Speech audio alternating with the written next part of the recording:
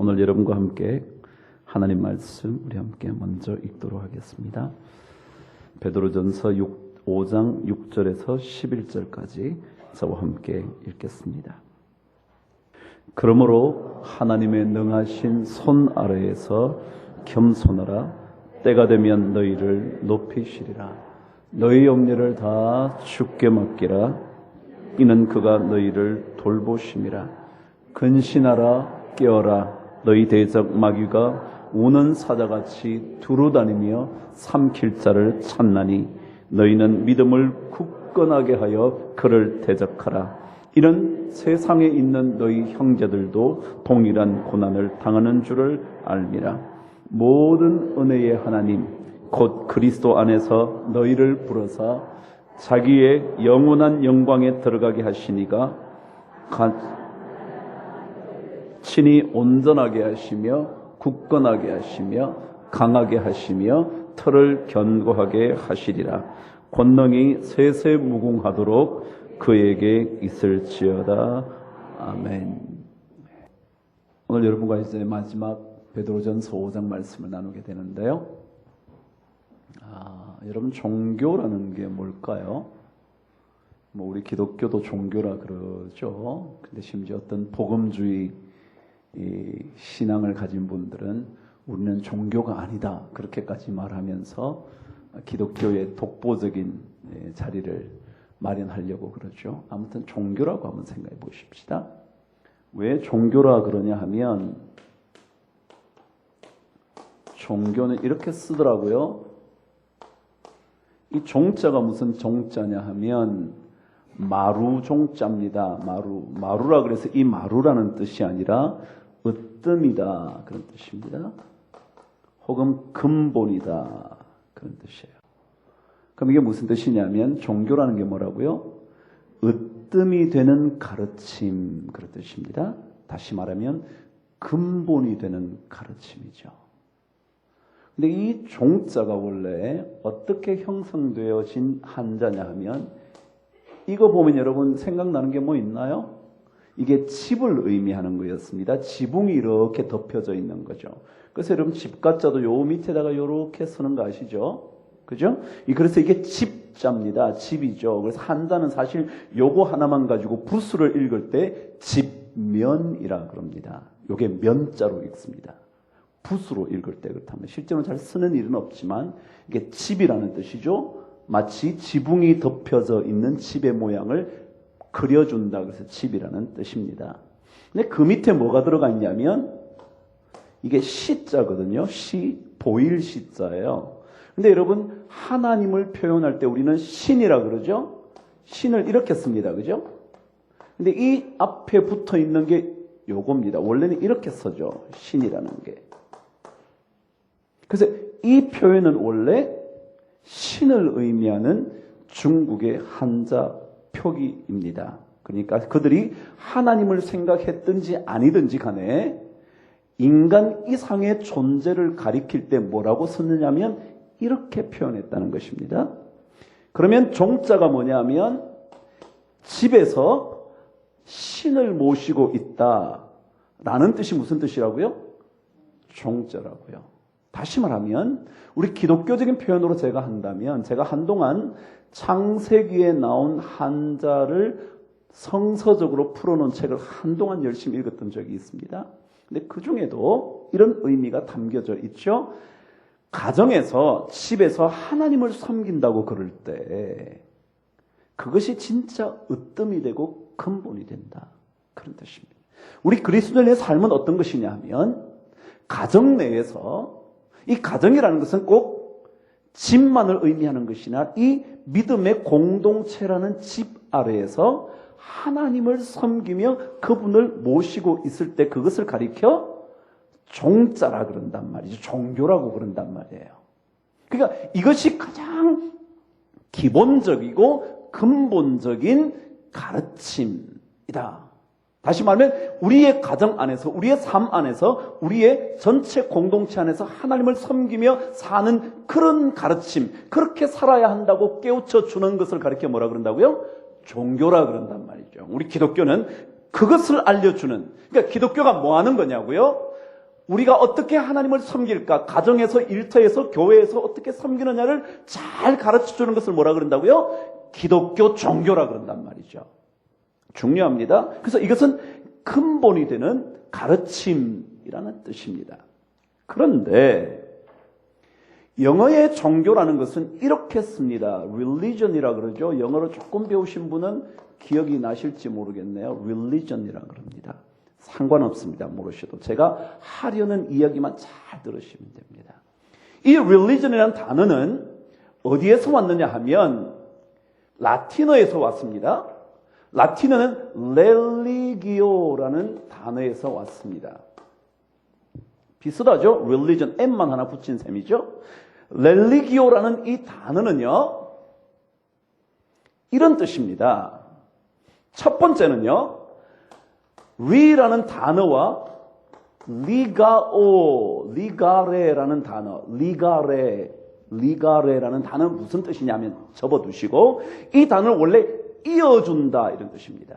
그래서 영어에는 ligament 그러면 두 개를 이어주는 관절 부분을 ligament라고 합니다. 이 lig라는 거예요. 다시 말하면 ligare라는 말은 연결시켜준다 이런 겁니다. 뭘 연결시켜주느냐 하면 이 땅의 삶과 저 땅의 삶을 이어준다. 그래서 영어로는 tie라는 단어가 이 의미입니다. tie, 넥타이, 묶어준단 말이죠. 다시 말하면 이 땅의 삶을 저 땅의 삶과 묶어준다. 그럴 때 그것을 뭐라 그러냐면 종교라 그런단 말이죠. 종교가 만일 이 땅에 사는 삶만을 가르치는 것은 종교가 아니라는 거예요. 왜요? 그것은 원래 이 땅에서 살고 있는 삶이 우리가 다다를 수 없는 저 땅으로 연결시켜주는 그 무언가를 알려줄 때 그것을 우리가 뭐라 그러냐면 종교라 그러고 religion이라 그런단 말이에요. 이해가 되십니까? 자, 그러면 연결시켜주는데 저 땅에 연결시켜줄 때 우리는 그 땅에 누가 계시는 거예요? 하나님이 계시는 거예요. 그래서 우리 종교는 뭐냐 하면 우리 기독교는 이 땅에 사는 사람들에게 삶을 살아가는 동안 그 삶 속에 누구랑 만나게 해줘야 되느냐면 하나님과 만나게 해줄 때 그게 진짜 기독교라는 거예요. 그럼 여러분이 진짜 기독교 신앙생활을 한다는 것은 이 땅의 삶을 살면서 누구를 연결되어져야 된다. 누구와? 하나님과 모든 것이 연결되어져야 된다. 직장 생활을 해도 그게 연결돼야 되고요. 가정 생활을 해도 연결되어 있어야 돼요. 누구와요? 하나님과. 그것이 이어지지 않으면 종교의 역할을 제대로 못하고 있는 것이고 여러분과 제가 종교 생활을 한다고 말하지만 신앙 생활을 한다고 말하지만 그것은 신앙 생활이 아니다는 거예요. 그래서 re라는 말은 영어에서 다시 그런 뜻입니다. 그래서 다시 이어주는 잊어버리고 있는데 다시 우리 기독교를 다시 말하면 신앙 생활을 하면 또 다시 이어주는 거예요. 다시 연결시켜주는 거예요. 다시 하나님과 만날 수 있도록 깨우쳐주는 거예요. 그게 기독교 종교가 할 일이에요. 신앙생활이 이루어지고는 있지만 하나님과 연결되지 못한 삶을 살다가 또다시 주일날, 수요일날 새벽기도 때 오다가 주님과 다시 만나도록 연결시켜주는 일을 누가 하는 거라고? 이 교회라는 기독교 종교가 하는 거단 말이죠. 오늘 여러분 베드로전서 5장 말씀을 읽으면 그렇지, 역시 종교는 이런 거구나. 종교라는 말을 바꿔서 기독교라는 거 이런 거구나 알 수 있어요. 자, 제가 뭐라 그랬어요? 기독교는 여러분의 삶에서 누구를 만나도록 연결시켜 주는 거라고요? 하나님을 만나도록. 자, 6절 저와 함께 읽겠습니다. 시작. 그러므로 하나님의 능하신 손 아래에서 모든 삶 속에 겸손해라 그랬어요. 자, 겸손하라는 말을 겸손하라 그러면 되잖아요. 그죠? 여러분 겸손하게 살아야 됩니다. 그래야 돼요. 그럼 되잖아요. 그런데 성경은 어떻게 적고 있다고요? 하나님의 능하신 손 아래에서 겸손하라 그랬어요. 뭐와 연결됐어요? 하나님과 연결됐어요. 신앙생활은요, 겸손하게 살자고 하는 게 아니에요. 이해가 되세요? 그건 도덕에서 가르쳐 주는 거라고요. 윤리에서 가르쳐 주는 거라고요. 겸손하게 살아야지 사람이 교만하면 되겠어? 라고 말하는 거예요. 그런데 우리는 뭐라고요? 하나님의 능하신 손 아래에서 겸손한 거예요. 왜요? 우리 인간은 제가 그때도 한번 성경 공부할 때도 그랬지만 조금만 잘나면 다 교만해. 조금만 지가 잘났으면, 다른 사람보다 조금만 잘났으면, 조금만 공부도 잘하면, 조금만 좋은 대학 가면, 조금만 좋은 직장 가지면, 조금만 예쁘게 생기면 교만해. 그래서 성경은 어떻게 말하냐면 겸손하라 그런다 그래도 인간은 절대 겸손할 수 없어요. 왜요? 조금만 나오면 에이, 제가 저래도 어쩌다가 남편 잘 만나서 그랬고 고등학교 때 가서 알려주고 싶어. 고등학교 때 어땠는지. 그게 인간이에요. 그래서 우리는 하나님의 능하신 손이에요. 여러분, 하나님은 모든 것을 하신다고요. 그것을 가리켜 전능하신 하나님 그러잖아요. 그죠? 전능하신, 모든 것을 하실 수 있는 하나님. 그 하나님이기 때문에 내가 아무리 잘해도 하나님과는 비교할 수가 없어서 당연히 하나님 앞에서는 뭐 할 수밖에 없다? 겸손할 수밖에 없다. 그래서 그런 겸손을 우리가 배우는 거지, 그냥 우리가 겸손하게 사십시오 라고 말하는 게 아니라고요. 왜요? 종교 기독교는요, 누구랑 연결하는 거니까? 하나님과 연결하니까. 7절 뭐라 그랬어요? 너희 염려를 다 주께 맡기라. 제가 말했어요. 여러분 인생에 염려 없는 사람 있나요? 염려가 많죠? 근데 성경에 뭐라 그러냐면 너희 염려를 다 주께 맡기라. 여러분 염려를 어디로 연결시켰다고요? 주님과 함께 연결시켰어요. 이게 뭐라고요? 신앙이라고요. 염려 없는 사람 없을 거예요. 염려 없이 걱정 없이 사는 인생이 어디 있겠어요? 다 염려가 있지만 그 염려를 누구와 연결시킬 줄 알면, 하나님과 연결시킬 줄 알면 그 사람은 신앙인이다. 근데 그것과 연결시키지 못한 채 끊임없이 염려하고 근심하고 걱정하고 우울해지고 가슴이 답답하고 견딜 수 없으면 신앙생활 다시 점검하시라. 누구랑 연결되는 거니까? 하나님과 연결되는 거니까. 중요하죠. 신앙생활은 그런 거거든요. 신앙생활은 결코 내 혼자 하는 것이 아니라 삶을 하나님과 연결하는 거거든요. 시편 37편을 읽으면 여러분 오늘 이 말씀과 방금 너희 염려를 다 주께 맡기라. 그렇게 되면 어떻게 된다고요? 그가 너희를 돌보시기 때문에 그렇다. 이는 그가 너희를 돌보심이라. 시편 37편 가겠습니다. 저와 함께 읽습니다. 1절부터 7절까지 한번 읽어보겠습니다. 찾으셨나요? 찾으셨죠? 시편 37편 저와 함께 읽겠습니다. 시작.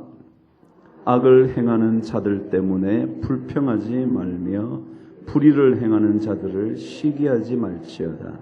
그들은 풀과 같이 속히 배임을 당할 것이며 푸른 채소같이 쇠잔할 것임이로다. 여호와를 의뢰하고 선을 행하라. 땅에 머무는 동안 그의 성실을 먹을거리로 삼을지어다. 또 여호와를 기뻐하라. 그가 내 마음의 소원을 내게 이루어 주시리로다. 내 길을 여호와께 맡기라.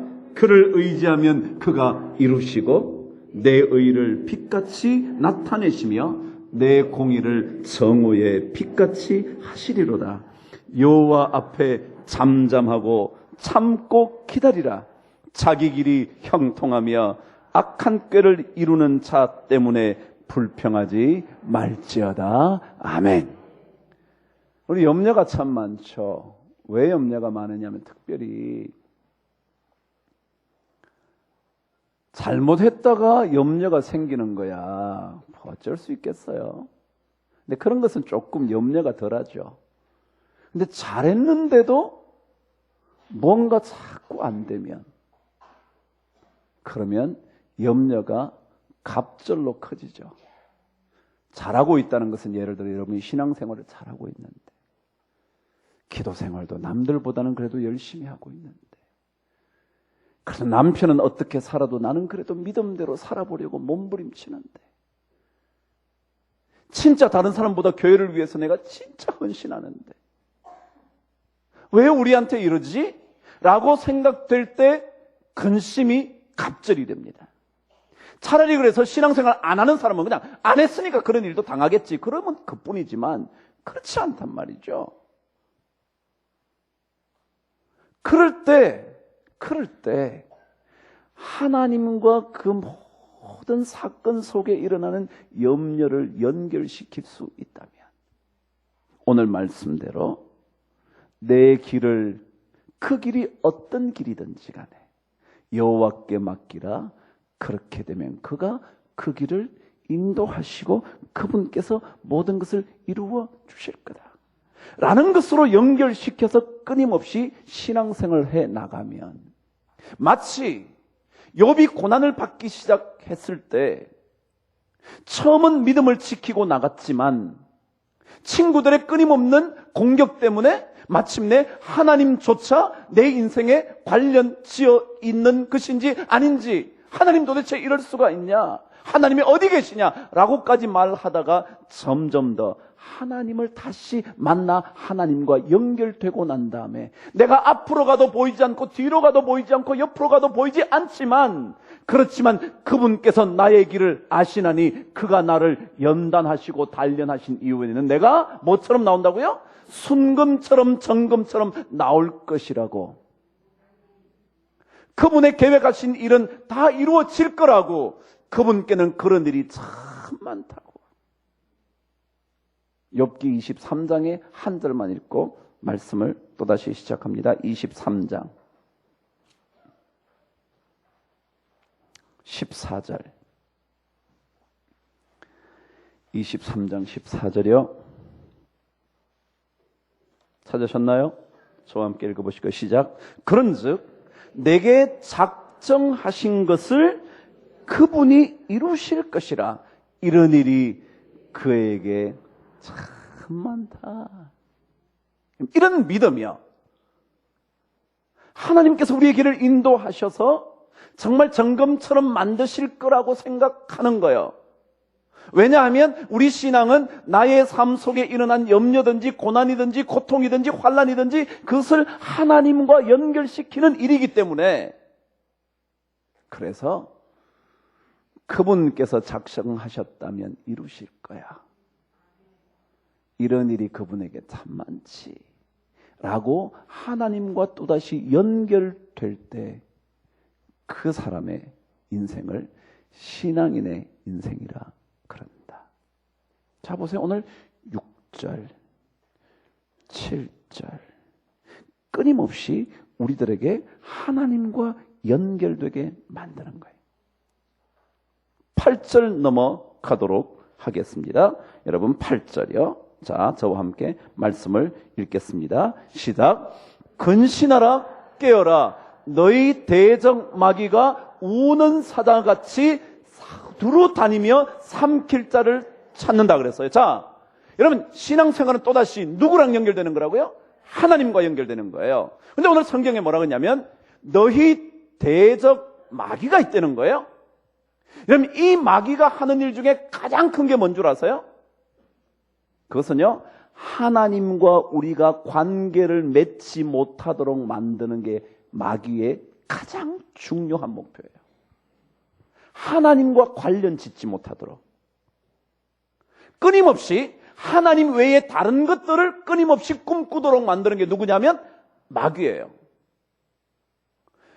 예수님을 유혹했던 마귀가 처음에 뭐였습니까?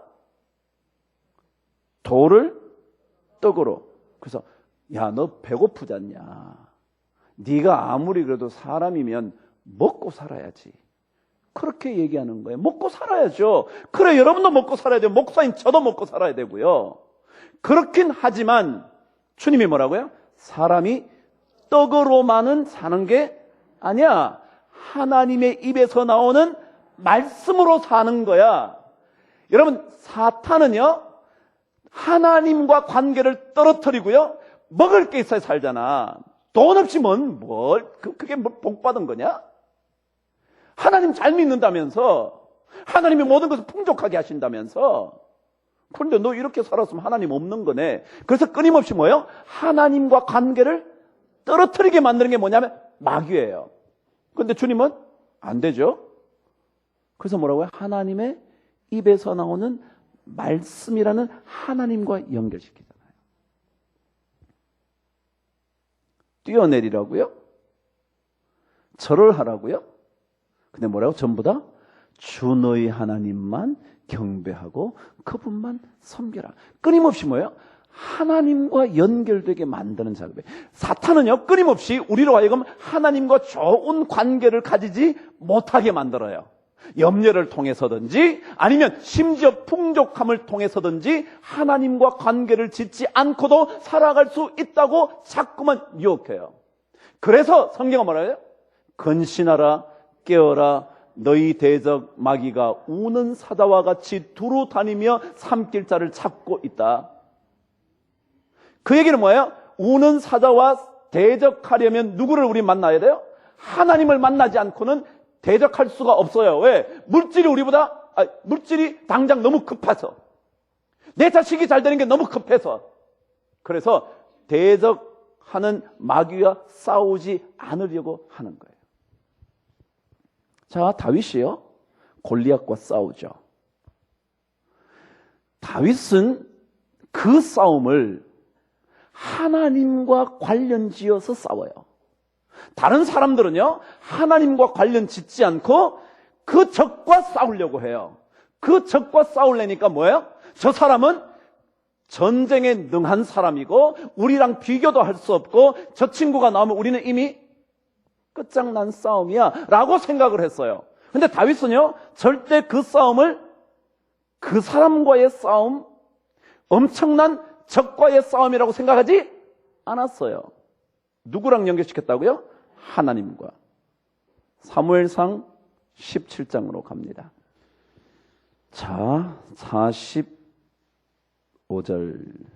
6절, 7절이에요. 잘 알지만 여러분 이렇게 말씀을 한번 읽어보세요. 제가 얘기해요. 신앙이라는 것은 하나님과 연결 짓는 거라고. 자, 45절 저와 함께 읽습니다. 시작. 다윗이 블레셋 사람 누구에게? 골리앗에게 이르되 너는 칼과 창과 단창만 믿고 나오지 않냐? 그런데 나는 만군의 여호와의 이름 곧 내가 모욕하는 이스라엘 군대의 하나님의 이름으로 너에게 가는 거야. 다윗은요, 전투를 어떻게 생각했냐면 하나님과 관련되어 있다는 것을 알았어요. 그 신앙인이거든요. 이건 그냥 전투가 아니라는 거예요. 너하고 싸우는 게 아니야. 네가 모욕하고 있는, 내가 모욕하는 만군의 여호와 그분의 이름 가지고 내가 너랑 싸우게 되는 거야. 계속 읽으실까요? 시작. 오늘 여호와께서 너를 내 손에 넘기시. 여러분, 전투가 내가 하는 거긴 한데요, 신앙생활은 내가 하지만 내가 적을 무너뜨리는 게 아니고요. 누가 무너뜨리는 거예요? 하나님이 무너뜨리는 거예요. 그래서 오늘 하나님께서 너를 나에게 주실 거야. 내가 너를 무너뜨리는 게 아니야. 하나님이 너를 내 손에 붙여주시기 때문에 내가 너 무찌르는 거야. 우리는요, 모든 싸움이 하나님과 연결되어 있다고 믿어야 되는 삶이에요. 자식이 잘 되는 거 잘 돼야지. 자식을 위해서 이러면 돈 남겨주는 거 뭐가 나빠요? 뭐가 문제예요? 여러분이 열심히 벌어서 자식에게 남겨준다는데 왜 문제예요? 그럼에도 불구하고 그 돈을 남겨줘도요, 하나님과 연결되지 않으면 잘못된 거예요. 하나님께서 아빠의 인생을 이만큼까지 오게 하셨어. 아빠가 너에게 돈 좀 준다고 그게 뭔 도움이 되겠냐? 그래, 도움 될지도 모르지. 전세 얻는데, 집 한 채 사는데 도움이 될지 모르지만 너 인생은 하나님께서 책임져. 그분께 너의 길을 맡겨야 돼. 그거 안 얘기하고 전해주는 거는요, 잘못된 유산이라는 거예요. 그게 신앙인이란 말이죠. 오늘 다윗이 그러잖아요. 전투를 해요. 골리앗과 싸워요. 거대한 장군을 이길 수 있는 힘이 나에게 있고 없고의 문제가 아니에요. 저 친구는 칼, 단창, 칼창 그거지만 나는 하나님의 이름이에요. 하나님께서 너 붙여주시면 너 같은 거는 아무리 100배를 커도 너는 안 돼. 그 다음 계속 읽어요. 시작. 내가 너를 쳐서 내 목을 베고 블레셋 군대의 시체를 오늘 공중의 새와 땅의 들짐승에게 주어 온 땅으로 이스라엘의 하나님이 계신 줄 알게. 하나님 때문에 싸우는 거예요, 여러분. 하나님 때문에. 하나님 때문에. 그렇지 않았으면 필요 없어요. 뭘 싸워요? 싸우기면 해봐야 손해지. 47절에 또 시작. 또 여호와의 구원하심이 너처럼 칼과 창에 있는 줄 알고 달려오지만 그게 아니야. 뭐라고요? 전쟁은 여호와께 속한 것인즉 그가 너희를 우리 손에 넘기시리라. 아멘. 그런 거거든요. 신앙은 대적들과 싸우는 거예요. 대적들과 싸울 때 누가 빠지면 안 되냐면 하나님까지 빠지면. 대적은 끊임없이 하나님과 멀리 떨어지게 만들어요. 그래서 포도나무 가지에 비유를 하실 때도 내가 너 안에, 네가 내 안에 있을 때 열매가 많이 맺힌다. 그게 하나님과 떨어지면 안 되거든요. 우리는 하나님과 무조건 연결되는 거거든요. 다윗의 이야기를 쭉 읽으면요, 제가 얘기했잖아요. 하나님과 연결되는 작업을 잘한 사람이에요. 실패할 때는요, 하나님과 멀어질 때예요. 하나님과 관계하지 않을 때예요. 그때는 반드시 실패해요. 자, 여러분 보세요. 우리가 대적과 싸울 때 이게 하나님 때문에 그런 거예요. 하나님 때문에. 자, 사울이 끊임없이 다윗을 괴롭혀요. 사울을 죽일 수 있는 기회가 생겼죠? 잘 아시죠? 동굴에서 뭘 하고 있을 때 옷을 몰래 베어갖고 나오죠? 그러고 난 다음에 하는 얘기를 또다시 들어보시죠. 시작. 사무엘상 24장 갈게요. 24장. 사무엘상 24장 10절.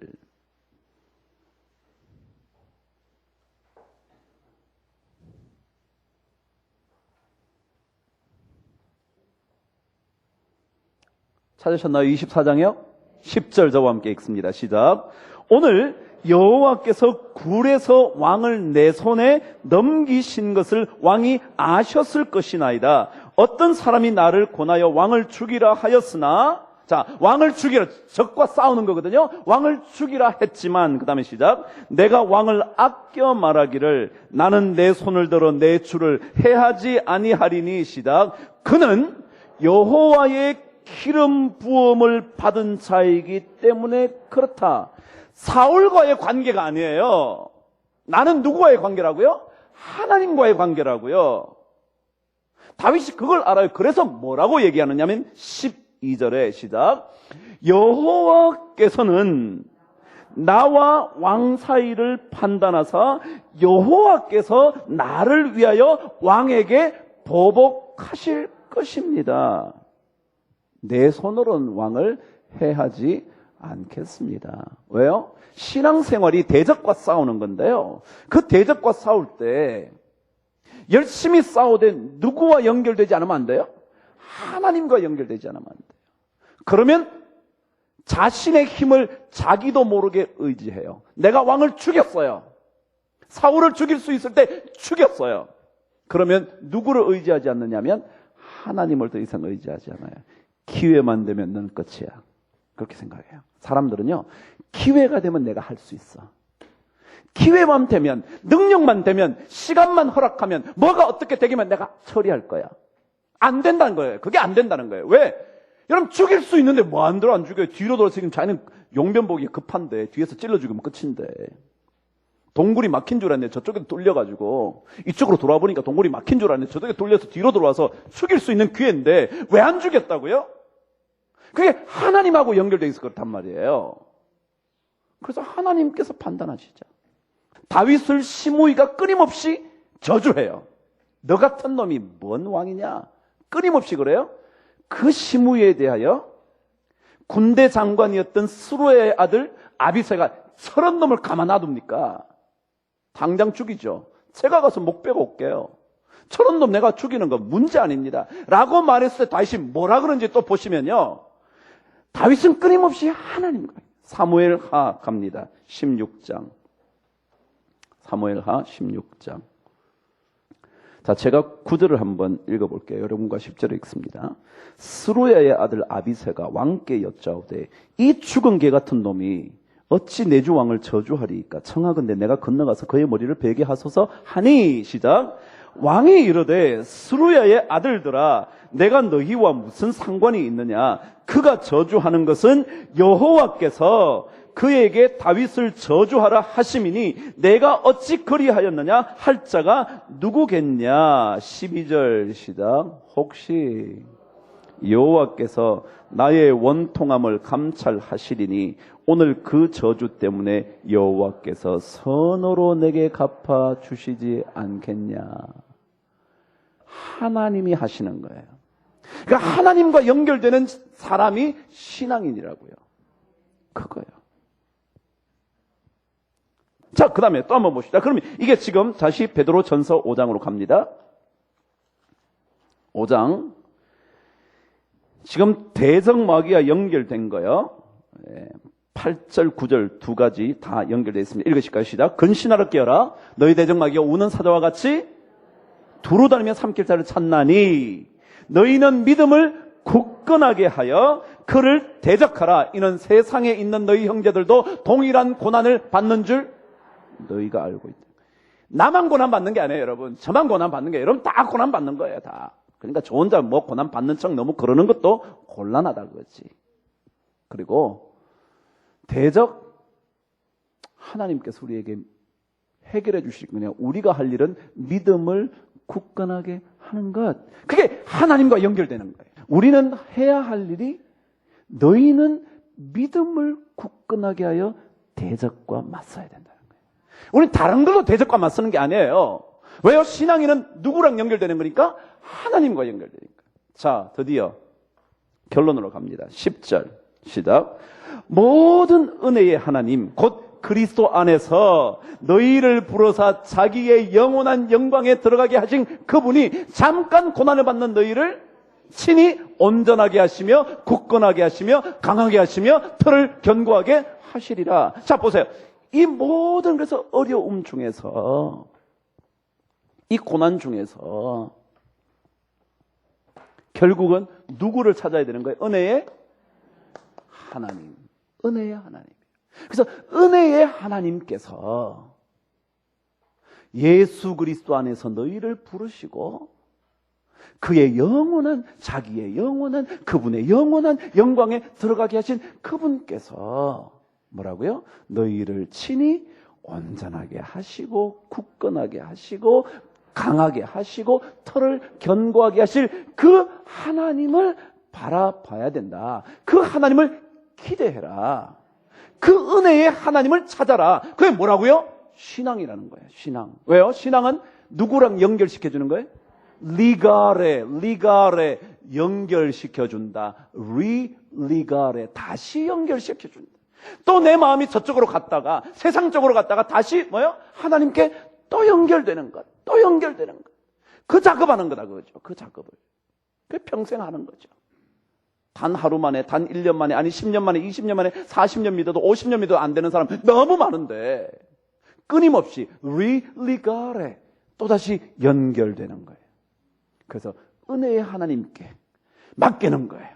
그 은혜의 하나님께서 우리를 친히 온전하게 하시고 우리를 친히 굳건하게 하시고 친히 강건하게 하시고 친히 우리의 다시 한번 털을 다져서 굳건하게 만들어 주실 거다. 견고하게 해 주실 거다. 예레미야 애가에 가시면 고통받는 하나님의 사람에 대하여 다시 말하면 예레미야 애가는요 이스라엘 백성들이 포로로 잡혀갔을 때 통곡하면서 우는 그게 예레미야 애가잖아요.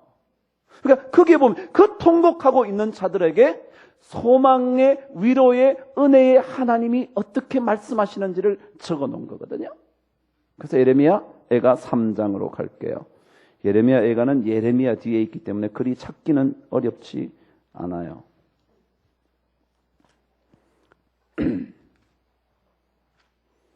예레미야 3장. 애가 3장이에요. 21절. 늘 그렇게 읽었던 말씀이잖아요. 제가 19절, 20절 읽을 테니까 21절부터 23절까지 그리고 저와 함께 25절 함께 읽습니다. 제가 19절에 시작합니다. 내 고초와 재난, 그 쑥과 담즙을 기억하소서. 이러면 얼마나 힘들면요. 쑥이 쓴 거거든요. 요즘은 이게 땅이 이상해져가지고 쑥이 별로 안 쓰지만 옛날에 우리 쑥 먹을 땐 써요. 그냥 먹지를 못해요. 담즙 말할 것도 없어요. 고초와 재난 곧 쑥과 담즙을 기억하소. 내 마음이 그것을 기억할 때마다 근심이 되고 가슴이 답답하고 어쩔 줄 모르겠지만 시작 21절 이것을 내가 내 마음에 담아 두었더니 그것이 오히려 나의 소망이 되었사오니. 여러분 잘 보세요. 제가 왜 이 얘기하는지 잘 들으세요. 내 고초와 재난 곧 쑥과 담즙을 기억해 주십시오. 내 마음이 그것을 기억하고 너무너무 낙심이 되고 막 고통스럽고 그런데 이것을 내가 내 마음에 뭐요? 내 마음에 뭐요? 담아뒀대잖아. 그걸 다 뭐 했다고?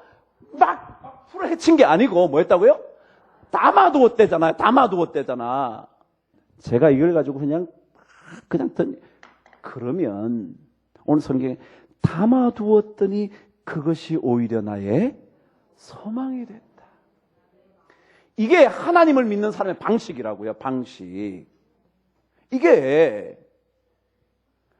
이것을 내 마음에 담아두었더니 이것이 오히려 나에게 소망을 주는 하나님의 능력이 되기 시작했다는 거예요. 그래서 뭐예요?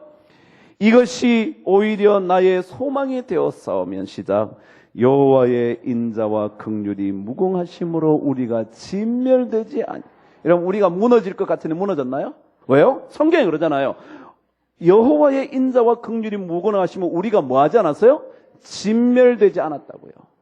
여러분 하나님의 방식을 쓰는 것은 진멸되지 않는 거예요. 그걸 착각하시면 안 돼요. 우리가 다 갚아주면 될 것 같죠? 욕하면 좋을 것 같지. 이번에 제 친구가 교회를 건축하게 됐어요. 교회를 건축하는데 건축이 말대로 착착착착 이루어지나요? 아니요. 업자들이 우리 마음처럼 해주나요? 아니요. 해준다 그래놓고 안 해줘. 오늘 그래서 거의 다 완성이 돼가서 이제 엘리베이터가 들어와야 되는데 그래서 무슨 축하하는 자리를 하려고 해가지고 다 사람도 왔는데 엘리베이터가 안 돼. 4층까지 다 걸어 올라가는 거예요. 분명히 해준다 그랬는데 돈까지 다 받아갔는데 그래갖고 이 사람이 이 목사가 화가 나서 욕을 했대. 저도 욕 좀 하면서 살면 좋겠는데 그게 또 버릇이 안 돼서 잘 안 되더라고요. 근데 이분이 뭐라 그러냐면 오늘 자기가 단상을 썼어요. 짧은 글을. 내가 그래서 욕을 했는데 이제 생각하니까 내가 그거 참 잘못한 것 같다. 그렇게 적었더라고요.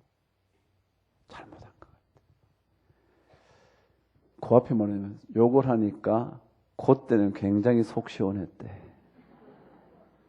속은 시원했는데 아니었지. 그랬다는 거예요. 우리 그리스도인들은요. 고난과 고초, 습과 담즙처럼 고통스러운 것들이 있어도 그걸 하나님을 생각함으로 슬픔을 참으면 이는 아름답다. 그게 베드로전서 계속 하는 거예요. 그래서 이 하나님을 25절 저와 함께 읽습니다. 시작. 그래서 기다리는 자들에게나 구하는 영혼들에게 여호와는 선하시도다. 누구를 기다려요? 하나님을. 그게 신앙이네요. 그러니까 하나님을 기다리고 하나님을 바라보고 하나님께서 해결해 주시는 그런 사람은 하나님이 절대로 진멸시키는 법이 없다. 이걸 못하고 계속 우리가 우리 방식을 쓰니까 잘 안 돼서 그렇지. 자, 결론입니다. 오늘 11절 끝냅니다. 저와 함께 11절 갑니다. 베드로전서 5장 11절. 자, 5장 11절 시작. 권능이 세세무궁하도록 그에게 있을지어다. 아멘. 그에게가 누군데요? 여러분, 제가 6절부터 11절까지 하나님이 빠진 거 보셨어요? 신앙생활이 뭐라고요? 하나님과 연결하는 거라고요. 하나님과 연결. 그래서 권능이 세세무궁하도록 그분에게 있을지어다. 아멘. 그분에게, 하나님에게, 주님에게 있을지어다. 아멘. 그러니까 끊임없이 베드로전서는요, 마지막 마치면서 계속 하나님 구합니다. 그래서 우리 인생을 견고하게 만드는 법은요, 하나님을 만날 때, 왜요? 은혜의 하나님, 곧 그리스도 예수 안에 있는 그분께서 우리를 부르실 뿐만 아니라 자기의 영원한 영광에 들어가게 하신 그분께서 온전하게, 굳건하게, 견고하게, 터도 흔들리지 않게 강하게 친히 하시는 분이기 때문에 그분에게 맡겨야 우리 인생이 뭐해진다? 견고해진다. 그래서 제가 제목을 오늘 뭘로 잡죠? 인생을 견고하게 하는 비결. 여러분의 삶을 누구랑 연결시켜라? 그래요. 여러분, 신앙생활이요? 그런 거예요. 제가 종교부터 시작했고요. 릴리전 얘기했고요. 그것이 결국 신앙이라는 것이 하나님과 연결되는 거라고. 하나님과. 감정은 상하는데요. 억울해서 마음은 미칠 것 같은데요. 사업이 망해가서 견디기 어려운데요. 그 고난과 고초와 쑥과 담즙을 마음 안에 잘 담아두고 하나님을 생각하면요. 그리스도인으로 고난을 받으면요. 그리스도의 이름으로 고난, 치욕, 수치를 당하면요. 그게 복이 있다고요. 그런 인생 사는 게 바로 그리스도인의 삶입니다. 그래서 그런 사람은 여호와께서 진멸하시지 않거든요. 그래서 기다리는 자에게나 구하는 자에게 그분은 참 좋은 분이다. 이런 경험을 해보는 게 신앙생활이거든요. 그래서 여러분, 제가 그런 좋은 신앙인으로 사실 수 있게 되기를 간절히 바랍니다. 기도하겠습니다.